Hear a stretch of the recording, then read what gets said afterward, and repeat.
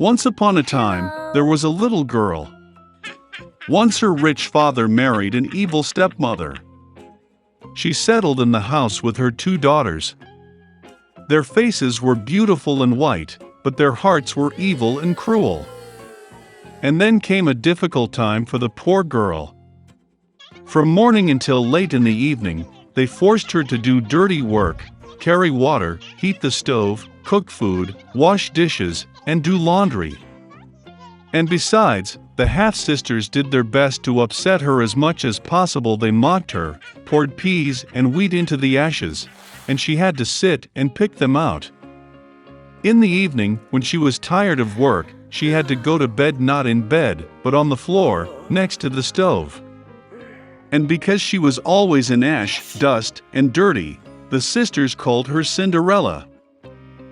But then it happened one day that the king started a feast, which was supposed to last for 3 whole days, and called all the beautiful girls of the country to the holiday so that his son could choose a bride for himself.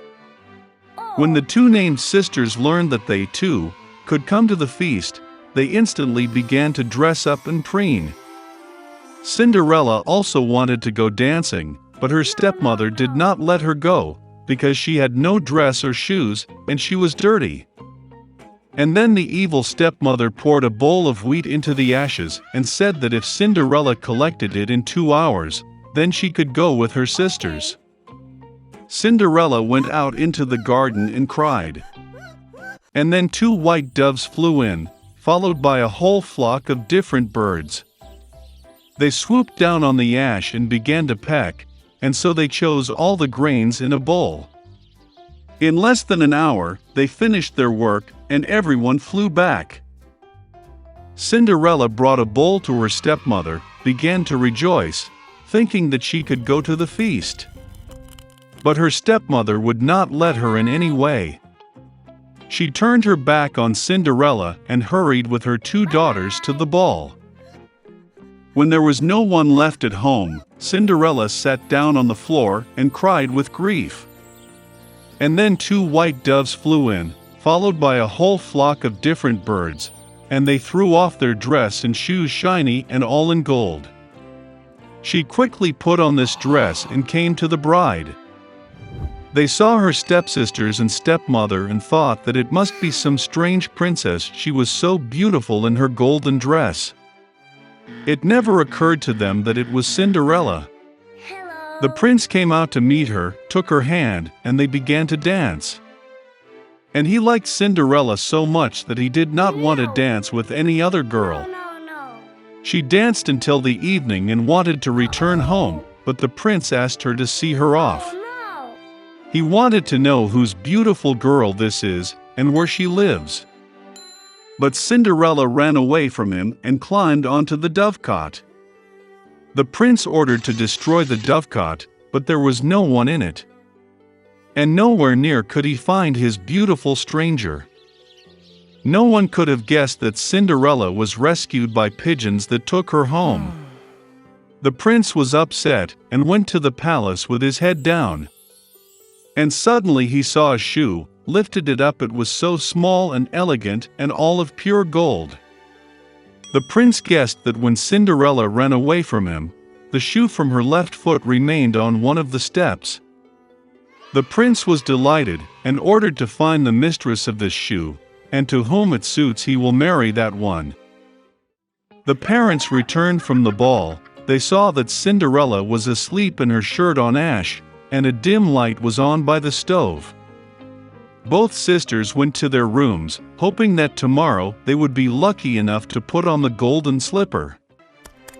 The next day, the prince came to their house, and said that everyone who wants to try on the shoe of his future wife should come out. 2 sisters came out, and the stepmother locked Cinderella in the house and did not let her out. The older sister tried it on a small shoe. The younger sister tried it on the shoe as great. The prince was about to leave, but Cinderella climbed out of the window and ran out to him. And she put on a shoe, and it just fit her. The prince looked into her eyes and recognized in her the very beautiful girl with whom he danced. He took Cinderella, put her on a horse and rode off to play a wedding with her. And he ordered the sisters and stepmother to be locked in their house, and never let them out of there. This is how they were punished for their malice and deceit. My grandfather planted a turnip, and it grew big, very big. Never seen such a turnip in the villages. And so my grandfather went to pick a turnip. Pulls, but cannot pull. The grandfather did not know what to do. And that way, but it will not pull out in any way. Then the grandfather called the grandmother to pull the turnip. An old woman came, grabbed her grandfather by the back, and they began to pull the turnip together. The grandmother is for the grandfather, and the grandfather for the turnip. They pull, but they just can't pull it. It's just some kind of trouble. The grandfather pondered and realized that it was time to call the granddaughter for help.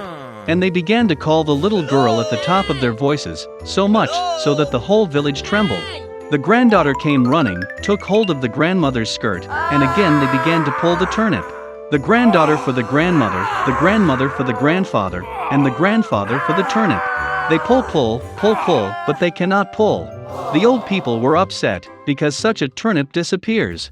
Then the granddaughter decided to call her dog, Bug, so that at least she could help pull the turnip. Bug came running, grabbed her granddaughter by the handkerchief, and they began to pull the turnip together. A bug for a granddaughter for a grandmother for a grandfather, and a grandfather for a turnip. They pull, but they cannot pull again. The grandfather and grandmother were even more upset, because the uneaten turnip will disappear. Suddenly the bug barked and ran away. The dog returned not alone, but with a cat. She grabbed the beetle by the tail, and began to pull the turnip all together. A cat for a bug for a granddaughter for a grandmother for a grandfather, and a grandfather for a turnip. Pull, but not stretch. The old people were upset with their granddaughter. They will not see a turnip. Suddenly the cat ran into the barn. She was gone for a long time, and she returned not alone, but with a mouse. The grandfather and the woman, and the granddaughter and the beetle began to ask the mouse for help. She wagged her tail, squeaked twice, and then grabbed the cat's fur with her little paws. And again they pulled the turnip together. A mouse for a cat for a bug for a granddaughter for a grandmother for a grandfather, and a grandfather for a turnip. Pull, and pulled the turnip. And so the grandfather decided to share the turnip. He took half for himself, gave a third to his grandmother, a little less to his granddaughter, a piece of the beetle, a half of a piece for a cat, and a very small crumb for a mouse. The animals were offended by their grandfather because they helped in the same way, and he divided the turnip dishonestly. A year has passed.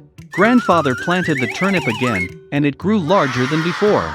For a long time such a turnip has not been seen in the villages. Cool. And so my grandfather went to pick a turnip.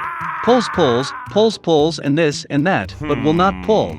The grandfather did not know what to do. And I decided to call my grandmother for help again. They began to pull the turnip together. The grandmother is for the grandfather, and the grandfather for the turnip.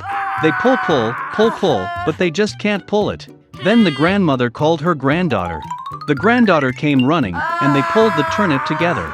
The granddaughter for the grandmother for the grandfather, and the grandfather for the turnip.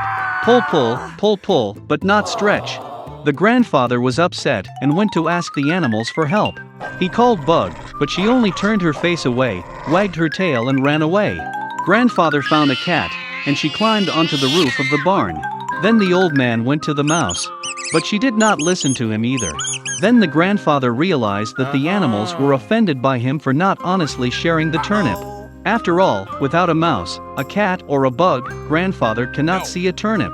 The old man thought, collected his thoughts, and went to the animals again. He apologized to the bug, asked the cat for forgiveness and promised the best piece of turnip for the mouse. Then the animals agreed to help their grandfather. Okay. And they began to pull the turnip together. A mouse for a cat for a bug for a granddaughter for a grandmother for a grandfather, and a grandfather for a turnip. Pull, and pulled the turnip. Baba baked turnips. For a long time such delicious turnip has not been seen in the villages. And the grandfather divided the turnip equally, a piece for himself, grandmother and granddaughter. A bug with a cat and even a mouse were received each piece. Everyone was happy. So, they lived in peace and harmony happily ever after.